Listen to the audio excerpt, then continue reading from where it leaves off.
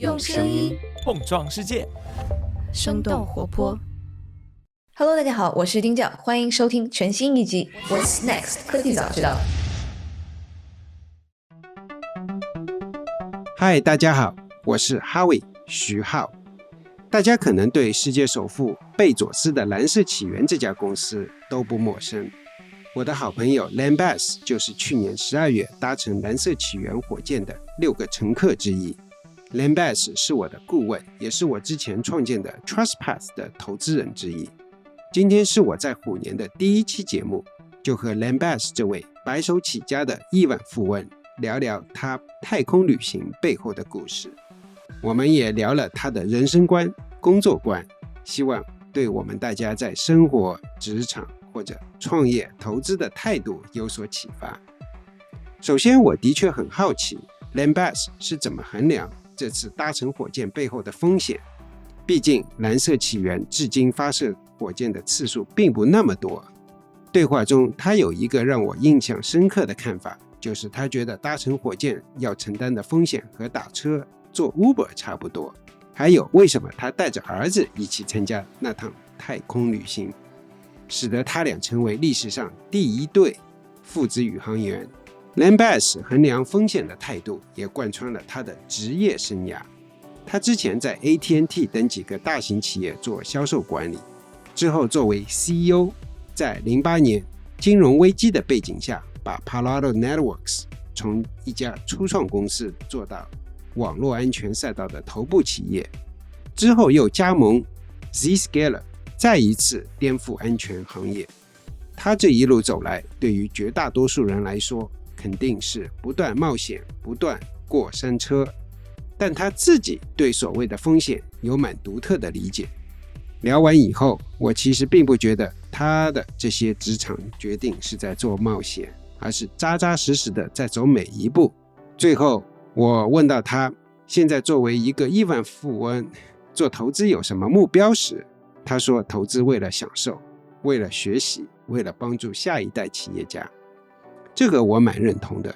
虽然财务回报仍然应该是一个重要的指标，但是对所有投资人个人来说，享受这个过程很重要。我们今天的话题有不少有趣的内容，搭乘火箭前有哪些必要的训练啦？他这趟太空旅程俯视地球看到什么？一个不一样的地球有没有改变他的人生观？他又是如何评价贝佐斯的航天事业？当年 Palo Alto Networks 和这一代的 Zscaler 走向成功的背后故事，他眼中的早期风投和成长期投资的区别。好了，接下去就是我和 Lane Bess 的对话。Hey Lane, how are you doing? I am wonderful. It's good to be talking with you again, Howie. So you're on your boat? I am sailing in the Bahamas, reflecting on life. Okay, speaking of reflecting on life, you just made a big move last December. The Blue Origin, obviously. I'm so proud that I have a friend who actually went to the space. To me, it's a big deal because, you are only the, Blue Origin's official flight, like the third flight, right? That's correct. And then, so tell me more about it. In particular, I was wondering, right? You are a very accomplished person. You have done a lot of things.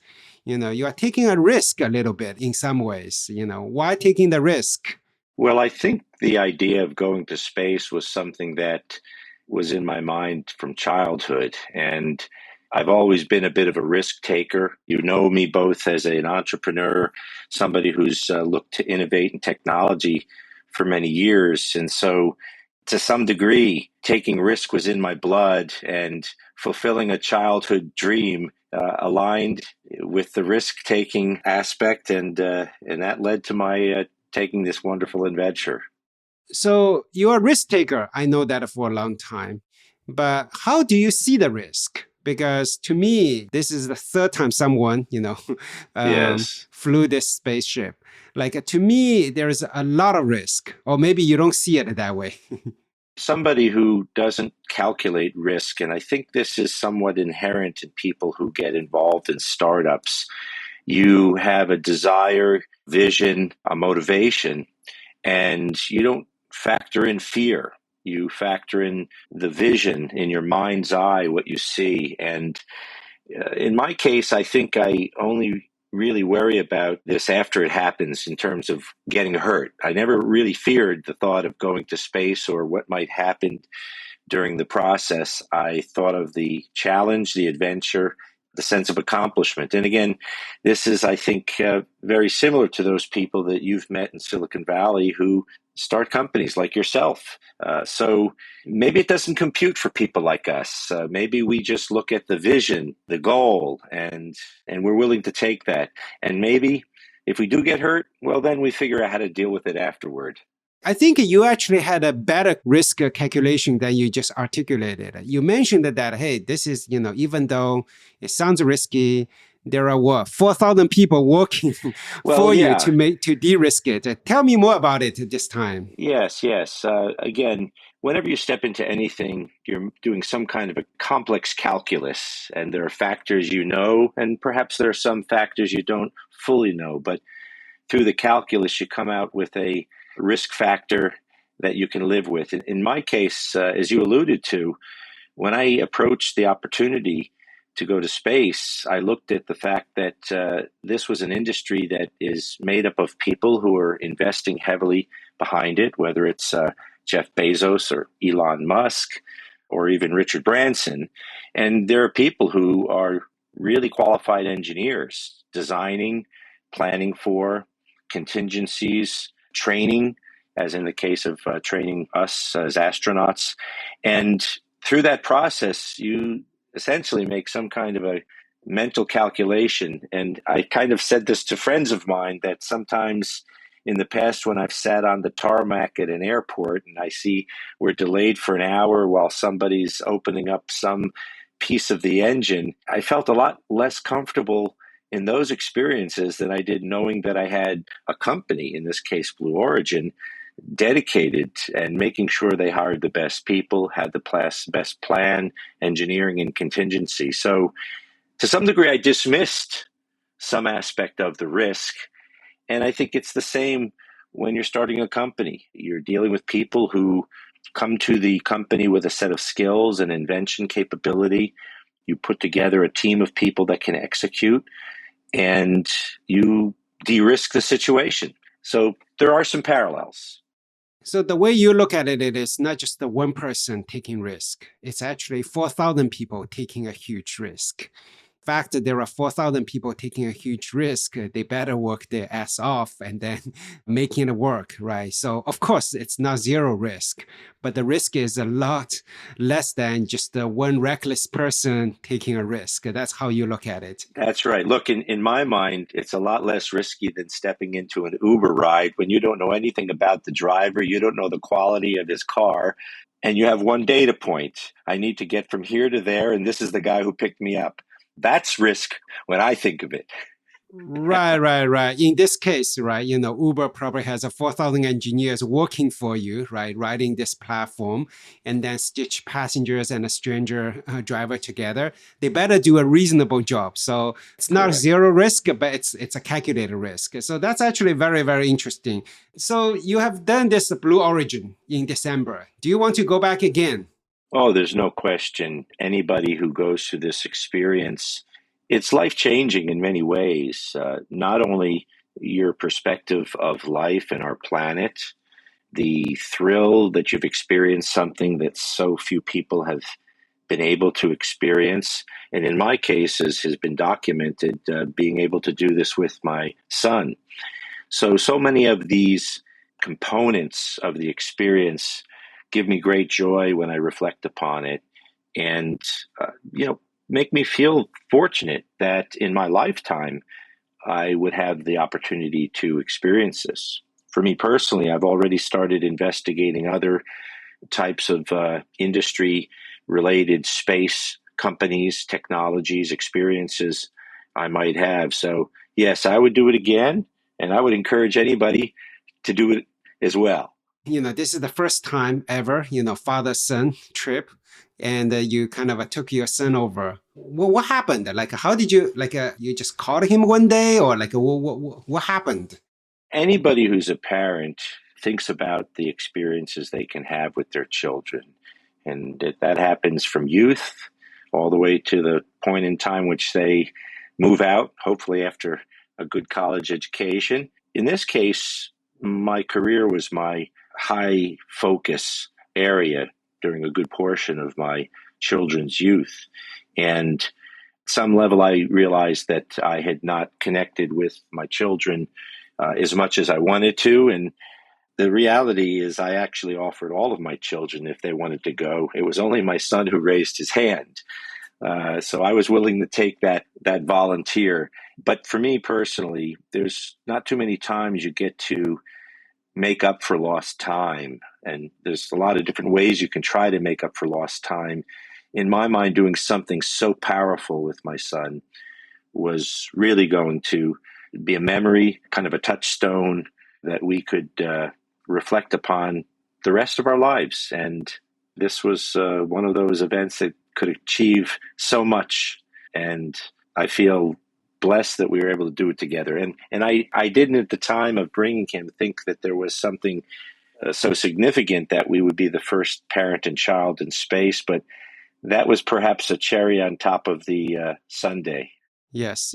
So, you kind of lost some time during the career building stage of your lifetime. And then you feel like you made it up now that you and your son have a far better relationship. Yes. And it was really on multiple levels. We not only made up that time, but as has been documented post the flight, my son affiliates himself with the LGBTQ community, and he was actually carrying a message for them. And for me to be able to not only experience this bonding with my son, but also give him a platform was also a gift to him at his age, being able to essentially be the youngest U.S. astronaut in history, but also carry a very special message. That was a gift to him, which also added to the bonding experience because so he took the chance. He did. This is a part of the life-changing experience, right, for him. Can you tell me another aspect of the life-changing? Like, you mentioned the life-changing a few times. Can you give me another example, another thought about why this is a life-changing experience? Yeah, and a lot of people call it the overview effect, people who travel to space. I think so much of our time, whether it's at work, in our personal lives, we're in the moment and we're dealing with issues that can cause stress, that can cause anger, that can cause joy. And I think when you go to this kind of a level of looking at the planet from space, everything seems a little less significant on the more earthly front. You see the Earth, you realize that the layer of protection that we have, which we call our atmosphere, is really so thin. It was incredible to me to think that in just over 2 minutes, we were beyond that thin atmosphere and in space. And then to look at the Earth from space gives you a sense that it is so fragile, that life is fragile, that this planet is fragile. And you reflect more so. We see today so much of what's happening politically around the world. Most current is the Ukrainian crisis with Russia. And you see the challenges we have had with COVID. These are things that we deal with here on Earth. But in the course of history, in the course of this planet, when you look at it from space, you see a peaceful planet. And you realize that this planet has been here for billions of years, may continue for billions of years beyond humankind on it. And that, to me, is something that I feel privileged to reflect upon. And it gives me a great sense of perspective in my day-to-day life today. Wow, this is actually very powerful. I would also add one other thing that I think is very important. The science that's going into traveling to space is really going to push our limits in terms of a lot of the technology we deliver and things that can perhaps even benefit the environment and long-term prosperity of the planet, the health of the planet. While I've been fortunate enough to have great success in technology, I see my success, and it was, as you well know, was in cybersecurity. Cybersecurity is to fix and protect the earth from something we humans have created. We developed this technology, we developed these tools, but when we think about what we can create to save the planet, that's a bigger vision, a much more complex thing. And it's quite fortunate that people are willing to, private investment is willing to take the effort to invest in technologies that will help us explore space and long-term planetary safety. So there is one more thing I cannot help asking, because this is a lot of our podcast audience even asked, right? Sure. What did you do for the training? Because, in the past, we say, hey, to be astronauts, you have to gone through rigorous training. And for you, tell us, because last time you and I talked, it sounds, a little bit easier than I thought. Can you share with our audience about the training part? Yeah, I don't want to diminish the intensity of the experience, but for me and my son, it was astounding that the science was so straightforward in what they call the flight profile that these rockets take, that our training was primarily classroom training. We did go into simulation, but the simulation was inside a capsule where we would go through the motions of securing ourselves, belting ourselves into seats, listening to the sounds we would experience the entire time, understand when something might be wrong and what we would do if something went wrong and the impact it would have on us. But there was no physical training required. Biggest physical training that was required was me to exercise for 2 months to lose 20 pounds to make weight. But, people might imagine astronauts having wires to their chest and monitoring their heartbeats. That wasn't a requirement for this type of a flight. It was just the understanding and expectations along each second of the flight. They broke the flight down for us, told us what we would expect at each point. We took quizzes, tests, to see that we understood all the proper procedures. Literally quizzes. Wow. Yes. So other than the 2 months of the losing 20 pounds, how much time of the training for this launch? How many weeks or how many days? Believe it or not, it was 4 days of training. Of course, I took advantage of some other things to prepare me. I went on the zero gravity flights. There's a company that offers a zero gravity experience, and I wanted to have an appreciation of that. But I did that on my own. Blue Origin had encouraged us if we wanted to experience that beforehand to try it. But it was essentially, we arrived in Texas 4 days before the launch. They treated us with great hospitality. First day, we suited up and they tailored the suits. We had earpieces customized to be able to reduce and eliminate the high decibel sounds that we would experience during the flight, particularly at the ignition of the engine and some of the other aspects of it. After the first day of getting fitted for the suits and earpieces, we then went into classroom training for 3 days with final tests. Well, we had tests each day, but final exam at the end of the 4 days. So people might be astounded at the fact that it is that, quote, simple. But I think that's the purpose of this, because the goal by Blue Origin, as well as all of the other companies that are looking to offer civilian space travel, is to essentially make it achievable for the average person. Well, let's face it, William Shatner went before me, and he's 90 years old.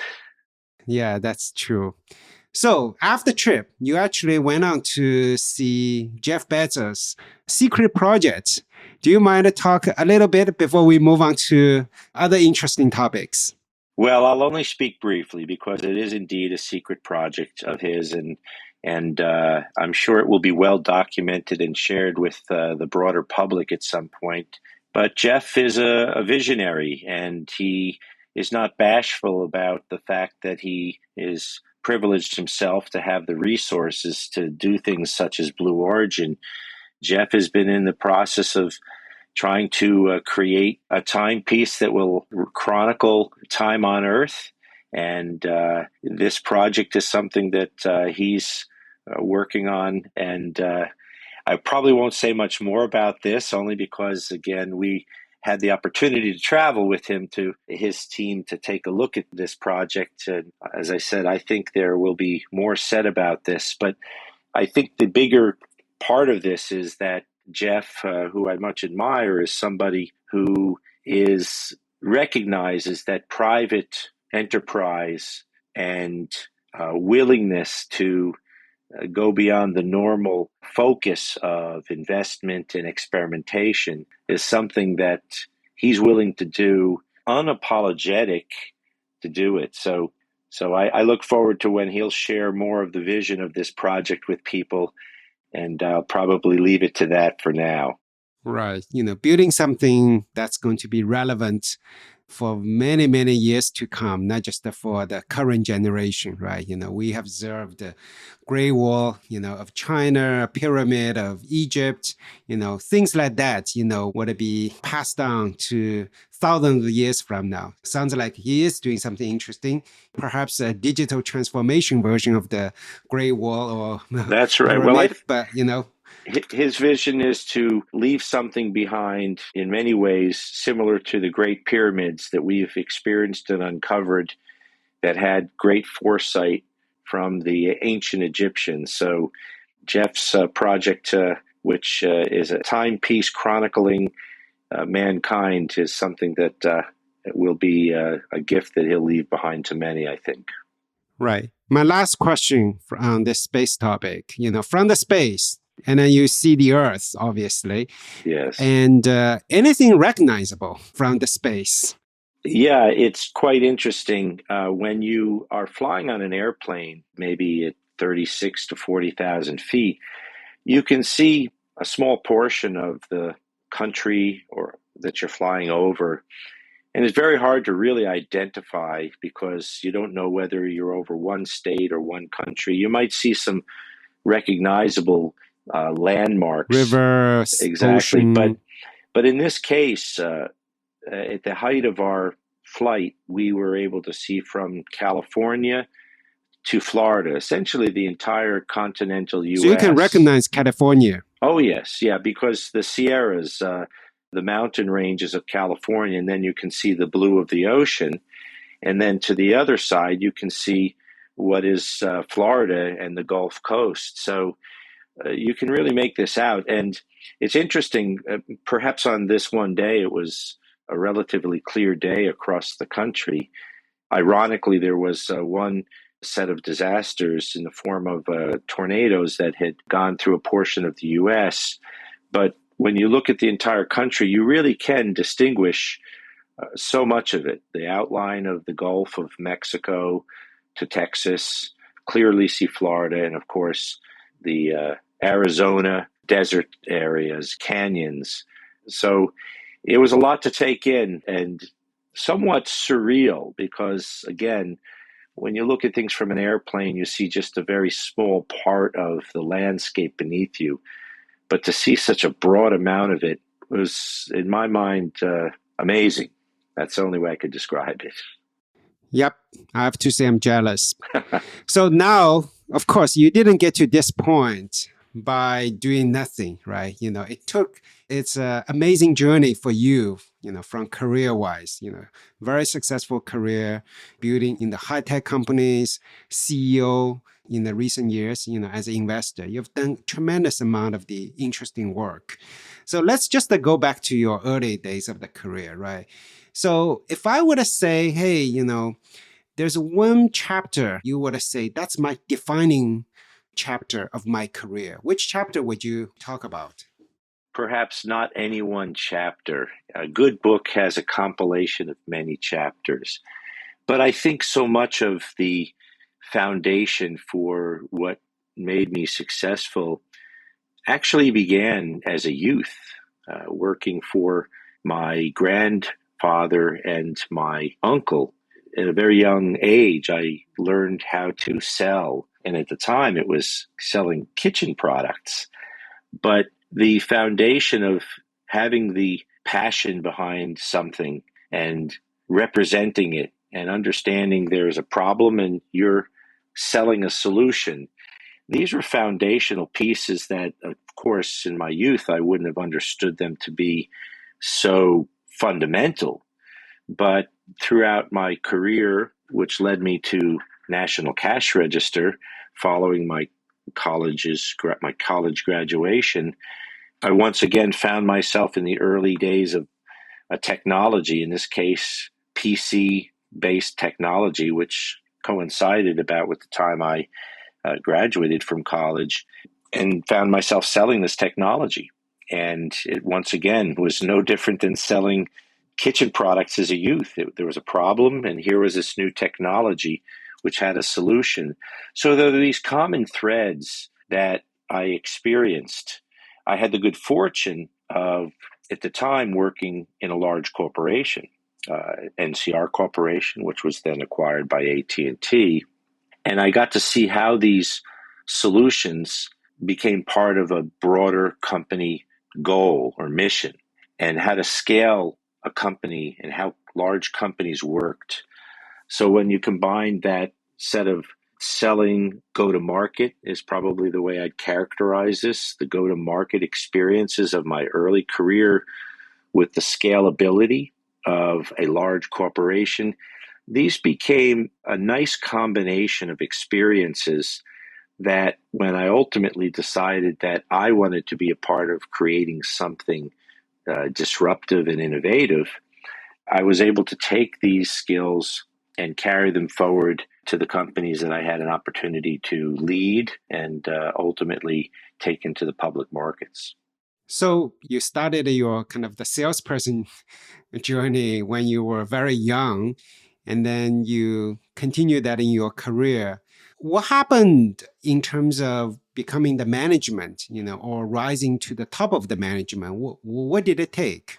Well, I think that fundamentally I was a quick learner, and this is not unique to me. I think it's a skill set that many successful people have. As we talked about during my conversation about the rocket, we're risk takers. We're not afraid or feared getting hurt because we believe that there's always a way to fix what doesn't work right. And with this, really, I think it combined with the larger experience of working in a company to bring me to a point where I realized that this could be applied in so many different ways to work and build companies. In my case, I was fortunate enough, and maybe this was by, again, my quick learning and study of being able to select the right technologies, the right spaces, the right people, founders, inventors to come alongside. And I think generally that I believe that if you could find something that fit a need in the market, you can probably take that and build that into something significant. So this is probably maybe not so much of a revelation to many people, but the combination of being able to spot these opportunities, bring the right people and resources around them, understand the scaling, necessity, and capability of how to bring a company forward. It's an interesting, if I can use the term, cocktail of experiences that rarely do they all come together in such a perfect way. But in my case, I found that cocktail and applied it to the right set of companies. So that's a very good, right? Because, you were a very good salesperson, and then you worked in a larger organization, right? Back in the days, AT&T was one of the best and the largest technology companies. You worked there. You kind of saw the top tier management. You learned that, and then you were able to put together a lot of things together. But still, and then you kind of rose to the top at China Macro, which at the time was one of the largest cybersecurity companies. You were the executive vice president. But then boom, right? You went to Palo Alto Networks. At that time, it was a startup, right? as far as I know, you didn't work for a startup before, right? Big company, big shots. Now you go to a startup, even though you were the CEO, but how many people when you joined as a CEO? So what's your thought process? Because, it's a lot of risk, but how did you think about the risk? Well, I will just add one important ingredient to this cocktail I spoke to before. I did actually do 2 startups before ending up at Trend Micro. And, I have to be humble in saying that they were not good outcomes and experiences, which, again, I think adds to that component of quick learning and being able to correct. Okay, so even better. You had a 2 startup experience. Both of them didn't have good outcome. And then you were at a Trend Macro, a big company, and then you were the executive vice president. Yes. And then boom, you go to your 3rd startup. Why? Why bother? You were not scared off? Well, first of all, as we've talked already, I never had the fear, but it was kind of, when as a youth, I played baseball, and the coach would say, "You're up, you're at bat, it's your time at the plate." And I think Palo Alto really coincided with the level of experience and maturity. I went to Palo Alto as CEO when I was 46 years old. So already I had a very long career worth of experience, some 25 years of selling, working in management, having had good and bad startup experiences, having worked for large companies and understanding scale. So it was probably the best way to say it is it was my time. And so long as I put my skill set against the right opportunity, and this is an important point here. When I came to Palo Alto Networks, it was under the belief that I was ready to be a CEO. And of course, I hadn't been one yet, but I felt I was ready.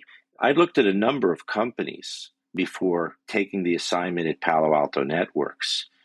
And through the process, I realized that my vetting process of selecting the right company, we all know that there are hundreds of companies in cyber. There are thousands of startups.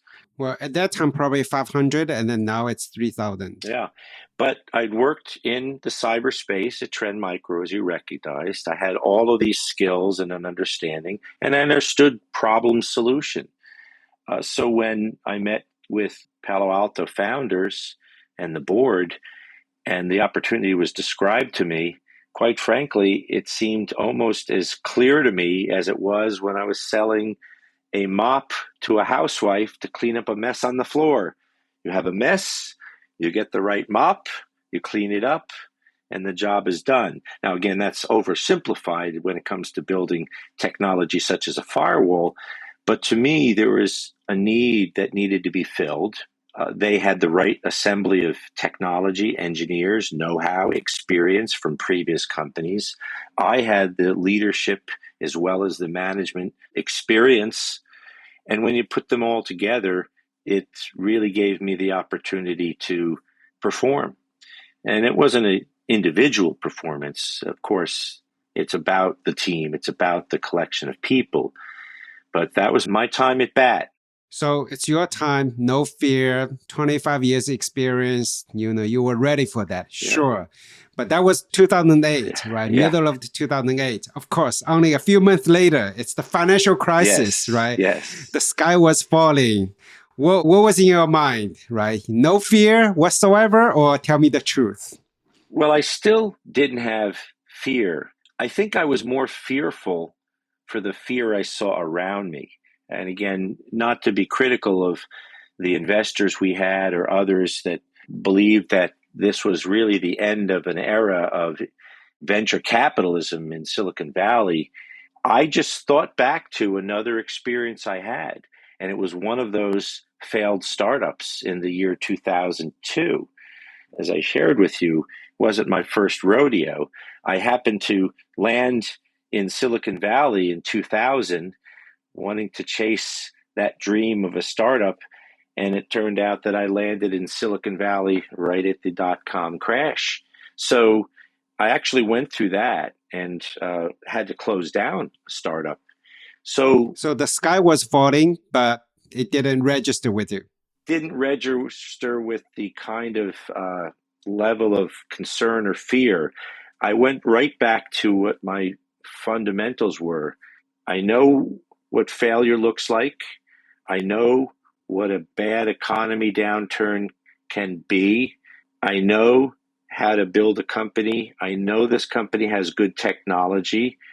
Let's press on. And so that was kind of the thoughts that I had. Now, that was a little bit juxtaposed to some of the investors and some of the sentiment in the market about what you do at the time of crisis in an early stage company.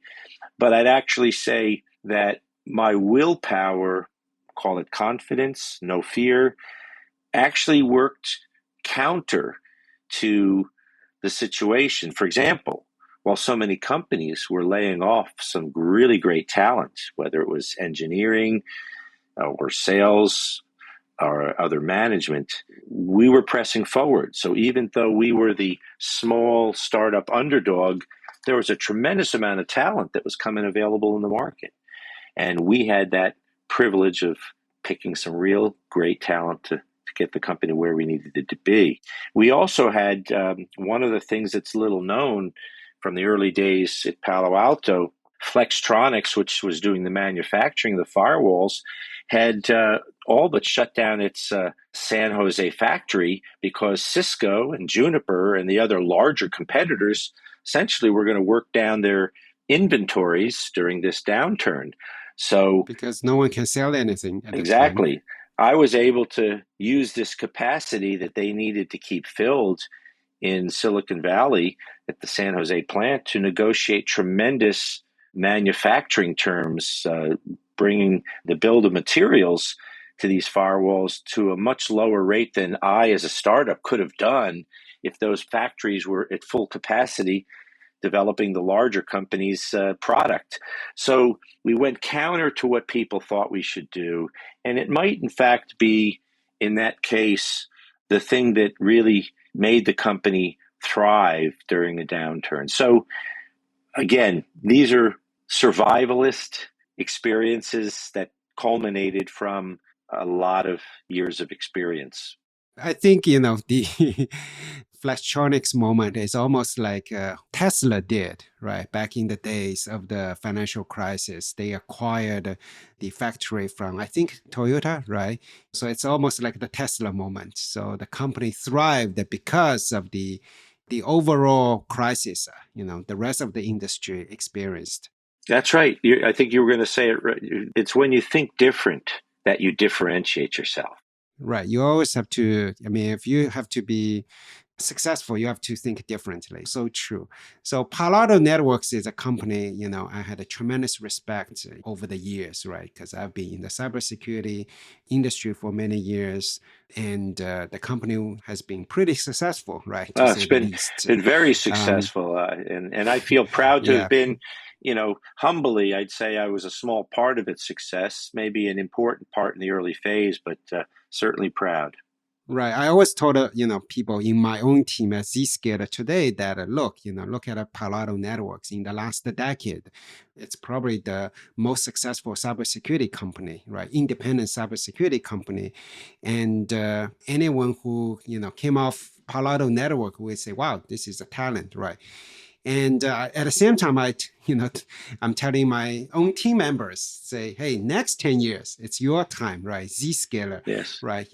X many years from now, people would say, hey, you came from Zscaler, right? And this is the next generation company after Palo Alto Networks. So tell me more about it, right? So you were the CEO of Palo Alto Networks, and then, in around the 2011, you joined the Zscaler. Of course, today, Zscaler is roughly a $40 billion company, depending on the day of the month.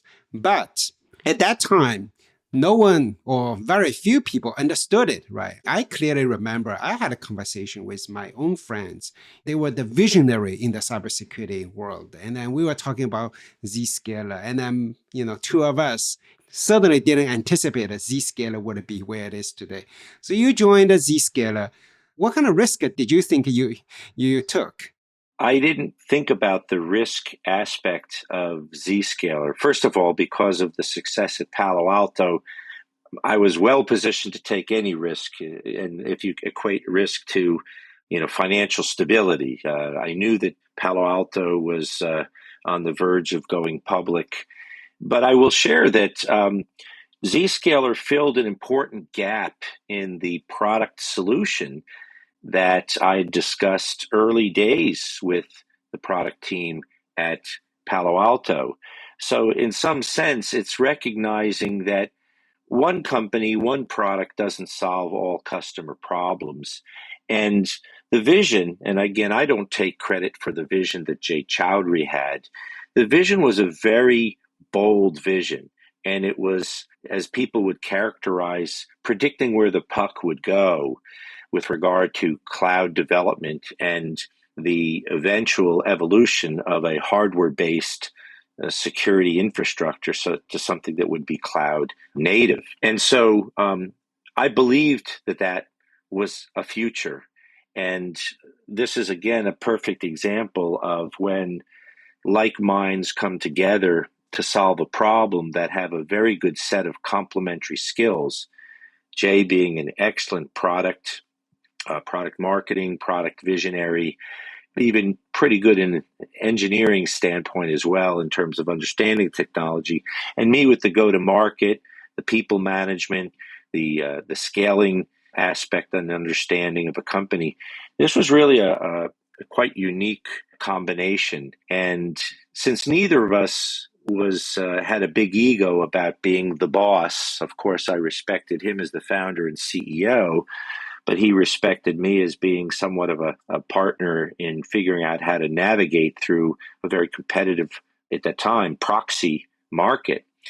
It was a great combination. And it's people will ask me, how do you do this? How do you pick two of the biggest, most impactful cyber companies right back to back? Again, I refer back to what we've discussed earlier. There's an accumulation of experience that led to that. A first-time founder may not necessarily, hit it that much right on the head of the nail. But in my case, it was 30 plus years by this time after Palo Alto. And I could see it again.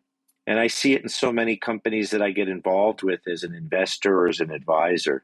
So, cyber is complex. So I think based on my observation of your own career, you took a lot of the risk along the way. But, based on what you articulated today, it's very much calculated risk, first of all, right?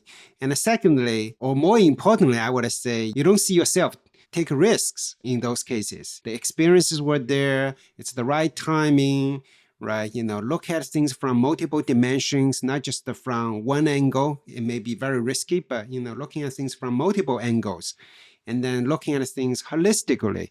So it's not so much a risk in the end, right? It's not a risk taking. Well, it is a risk taking, but, in your mind, it's a way more thoughtful risk taking. That's right. And I firmly believe now that is a unique combination of skills and experiences that, are somewhat rare. I don't reflect too much upon my approach towards things because I don't think I'm that arrogant or narcissistic. But, when I step back from it, ponder on how did I get here? What lessons can I share with others, and what coaching might I give to other founders, CEOs? I realize that perhaps there is an accumulation here that is, in fact, a bit of a rare combination. And I like to teach and share. So see myself as the founder's best friend. I may not be the guy who does it all, but I can certainly help people who have great visions. It's really a segue to the next topic we wanted to discuss. In the last few years, right? So you left the operational kind of the job. Now you have been an investor for the last, approximately 7 years or so, right? That's correct. It's a very different ballgame. And do you see making investment as, again, a risk-taking business, or you view it differently, right? As a matter of fact, Yes. right? We are good friends because you actually invested in TrustPath, the company I founded a few years back, and we started this relationship from there, and then ever since then.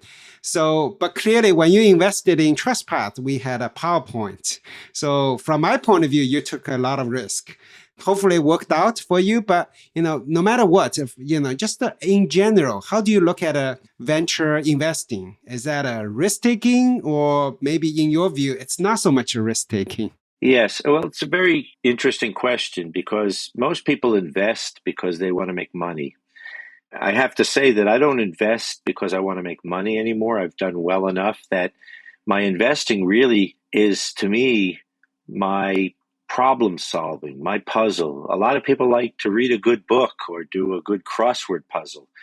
To me, my investing is the stimulation to me and my mind in terms of taking all of this experience and figuring out how I can do it again and help others do it again. For example, the selection of the companies that I've invested in. A simple lesson is stick to what you know. Most of the companies I've invested in, including your previous company, were in the cyberspace. I've done some investments that have been outside of that space, but my calculus might not be as sharp in doing so. So there's that process of selecting the company. And then there's the process of the product market fit, and that's very much understanding the company, the technology. Then there's the human aspect. So much of the success I've had has been because of the right founders, the right leaders, the right team, the right employees, the right culture. And if you see these things and they mirror or look similar to what you've experienced in the past in the most successful companies you've seen and been part of, that's a good check mark. And then you go from there. Then it's okay, how do we take this and how do we make this compelling for the customer? It goes back to my early days of selling kitchen gadgets. We've got a solution. Do we have a real clear understanding of how it solves the problem that an enterprise, a company, or consumer might have? So these are all, to me, fun puzzles to solve. And so investing to me, of course, the outcome might be a nice return on an investment, but I do it primarily as, I don't want to say my hobby, but my enjoyment. It's very different than venture investors who do this as a job. They have to perform at a certain level and they have to be prudent in the way they deploy limited partner capital. Of course, this is my own money when I invest, and it's a lot simpler situation in terms of dealing with partners and other people that have a say in the decision. So I view it not as a risk. And if it became risky, then I would probably, I think, depart from my normal way of doing things and perhaps just pass on it. Because in my mind, risk isn't fun. I just came back from a trip to New York City where one of the earlier stage companies I invested in was having a live sales kickoff.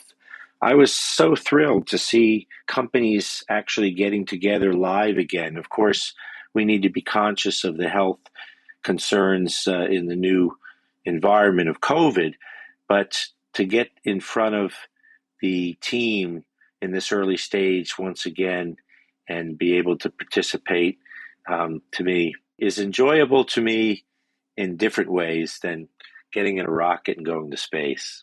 Do you think financial rewarding is not necessarily the goal, but has it been financial rewarding as well? There's no question about that. There's a few companies that I'm involved and invested in today that may themselves become the next great cyber IPO. There are others that will likely be acquired.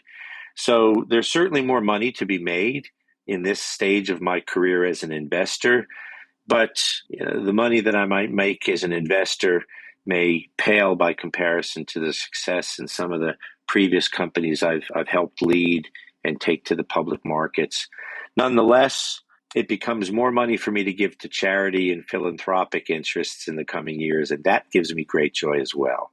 Now, so as you said, right, the way you look at investment is different from the more professional kind of VC, but you work with a lot of VC, right? You and I actually talked about a few companies together that you personally invested in early stage VC, right? The top tier Silicon Valley VC.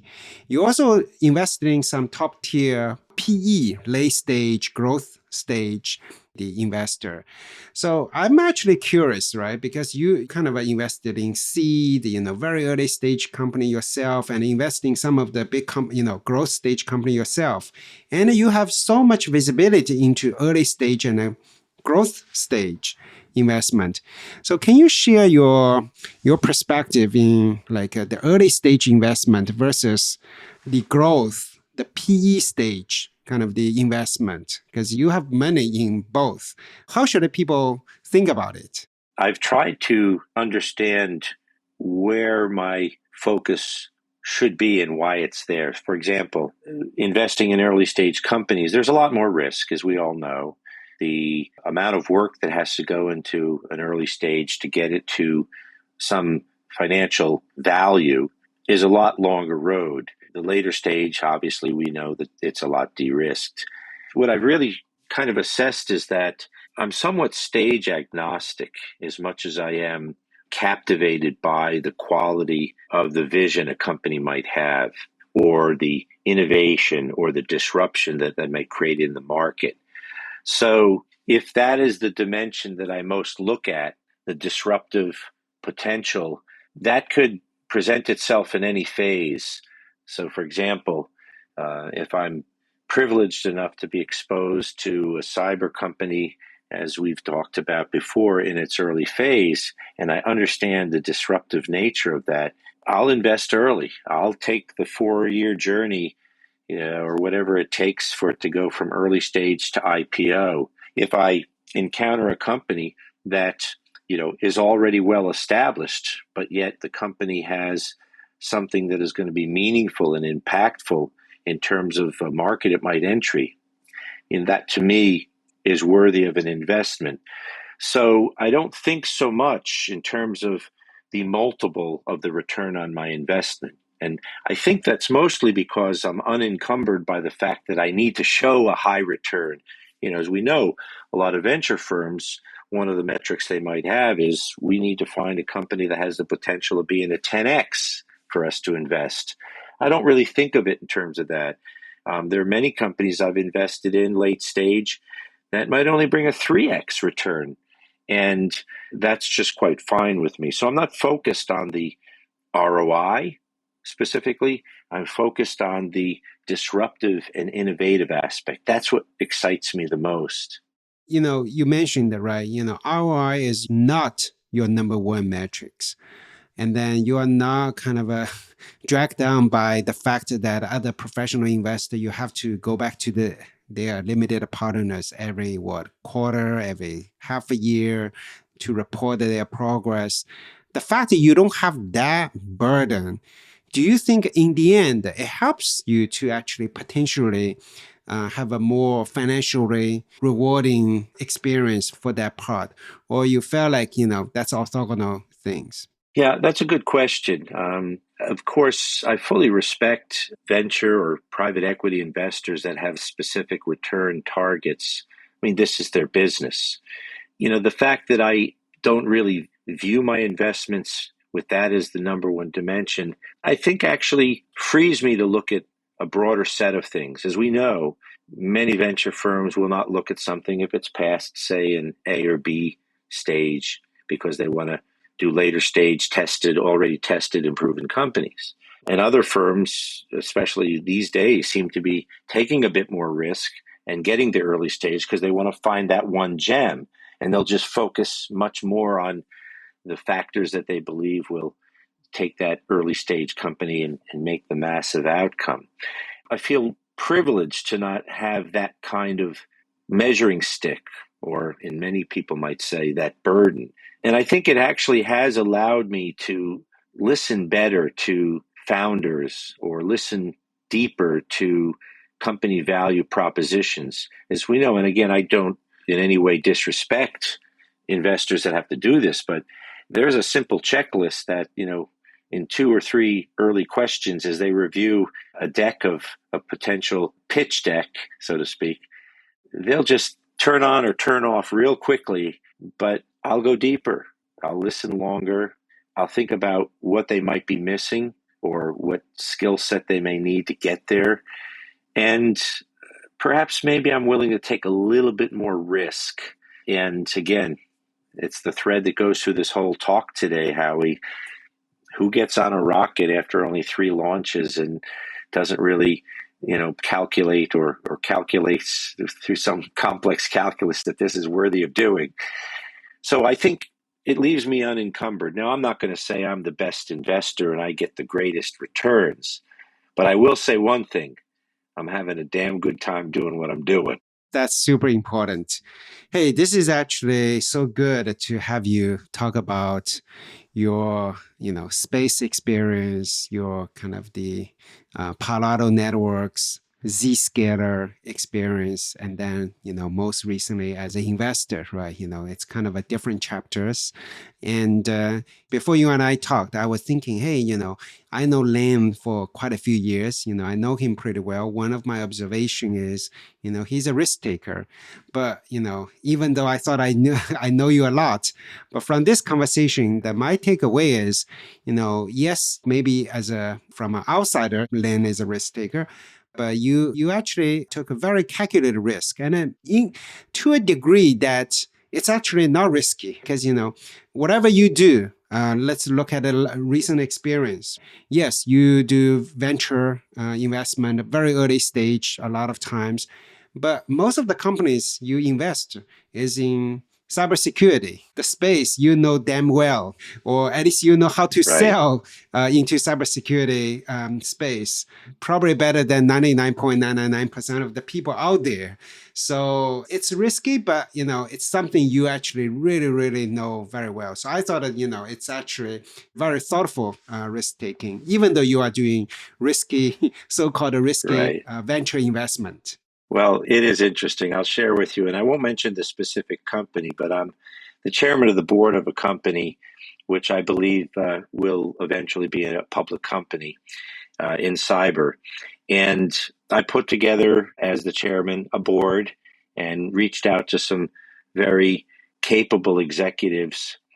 And in the early stage of this company, one of the board members, who is somebody I really respect a lot, said to me, "Lane, what did you get me into here? This just doesn't make sense." And I said to this board member, "You really need to trust me. There's this calculus I have, and I know that all of the things that are concerning you and don't seem to match up, they'll come in line." And I was really pleased, perhaps about 3 weeks ago after we had a board meeting, this board member called me up and said, "Damn, you called the shot right again." So tell me more about it. For this company, right? What did you see that others do not see? Well, again, since it was in cyber, I understood that there was a deficit in cyber. And again, I'll stay away from mentioning specific company names because I don't want this to be viewed as me pumping the opportunity as a future success.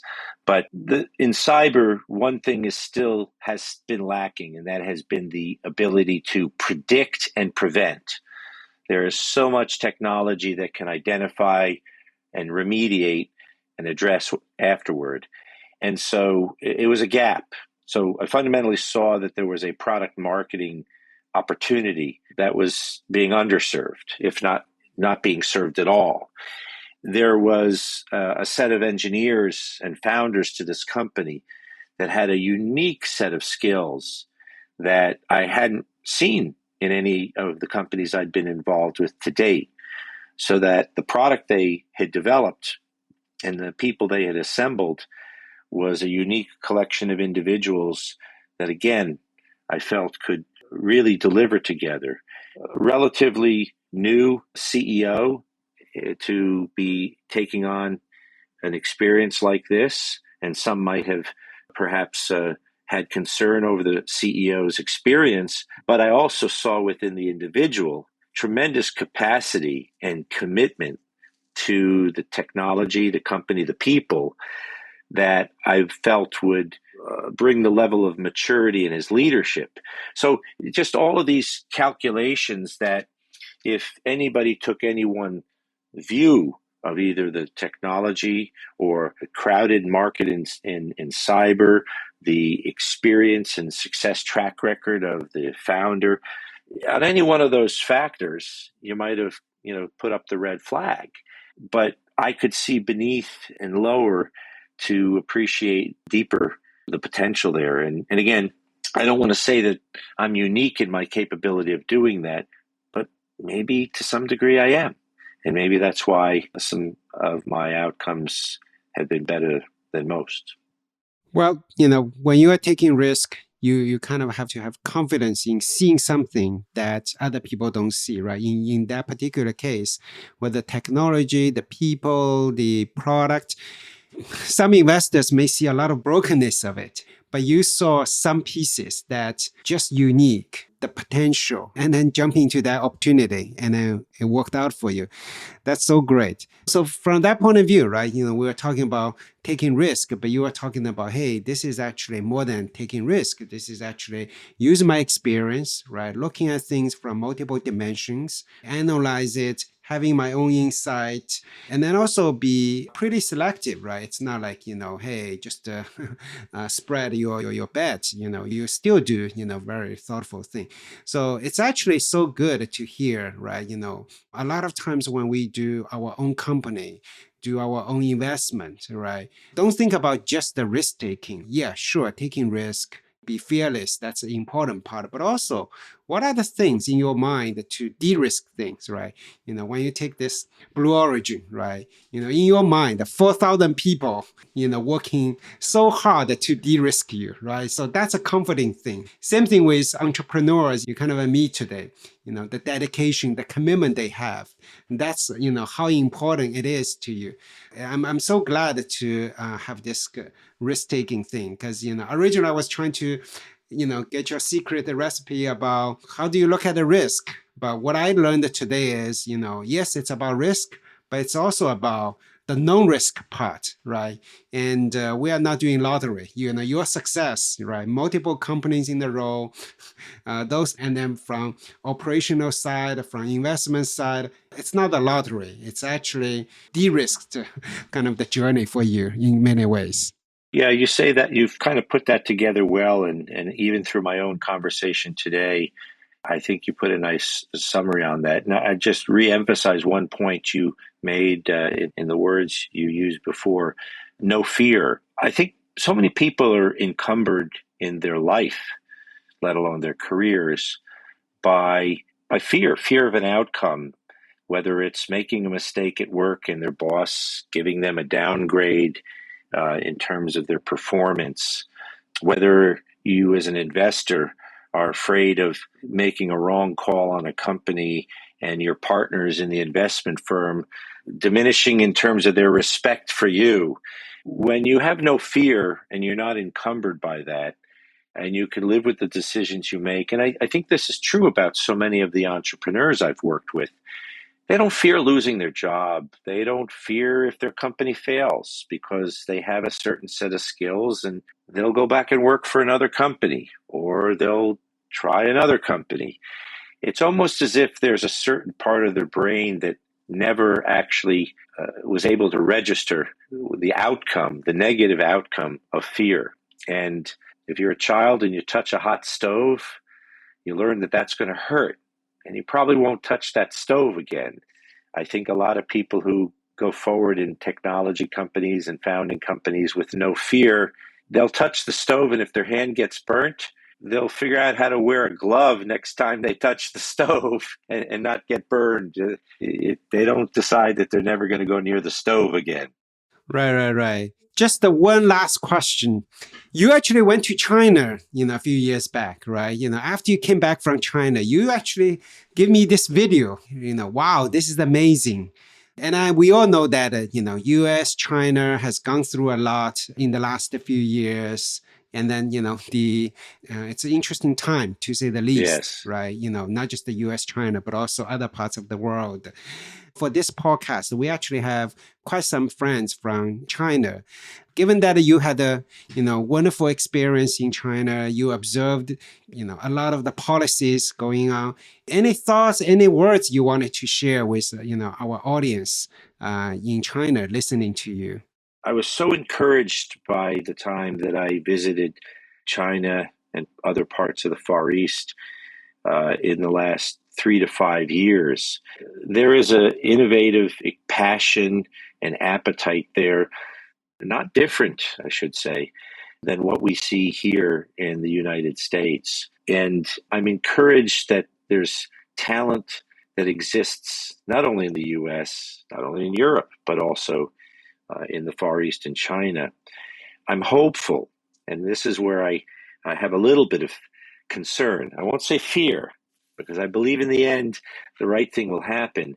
But I'm hopeful that the changes that we've seen in terms of U.S.-China relationships, even leadership changes that have taken place in the recent year in China, don't upset the creativity, the passion for entrepreneurism that we've seen over the last decade in China.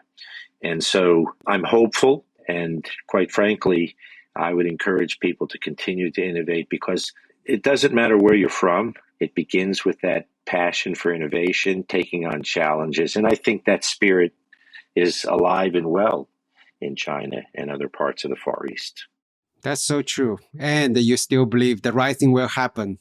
I do. That's the typical Lane being optimistic. That's great to hear from you. I just always hoping they happen sooner than later. Yes, hopefully sooner than later. Hey, Lane, thank you for your time. You're right? welcome.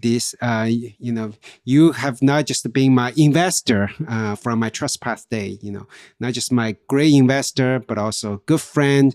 And then most importantly, in the last few years, a great mentor from all aspects. A lot of the people actually also came to me these days about, hey, I wanted to grow my career. I wanted to do entrepreneurship.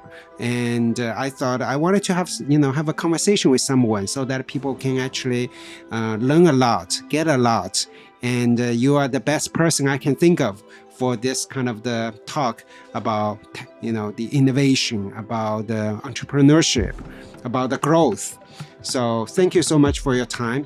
Thank you for allowing me the opportunity to share with others. I really appreciate it. Thank you. 这期 What's Next 科技早知道就到这里了。听完之后，如果你有任何的想法，欢迎在评论区里面给我们留言，我们每一条都会认真的看。如果你喜欢我们的节目，请记得给我们5星或者好评，分享给更多的朋友，也会对我们非常有帮助。你也可以单独写邮件给我，邮箱地址是ting@声.fm， 我都会一一回复。那同时公众号和微博也可以搜索生动活泼，声是声音的声，节目相关的更多信息会在公众号里出现，微博和公众号都会有不定期的福利给到大家。如果你想要跟我们更加紧密的讨论和分享，或者是想要认识和你一样有求知欲的新朋友，可以加入我们的微信群。进入听众群的方法是在公众号文章中扫码添加，或者是公众号后台回复科技早知道即可获取邀请码。期待你的加入，我们下期见。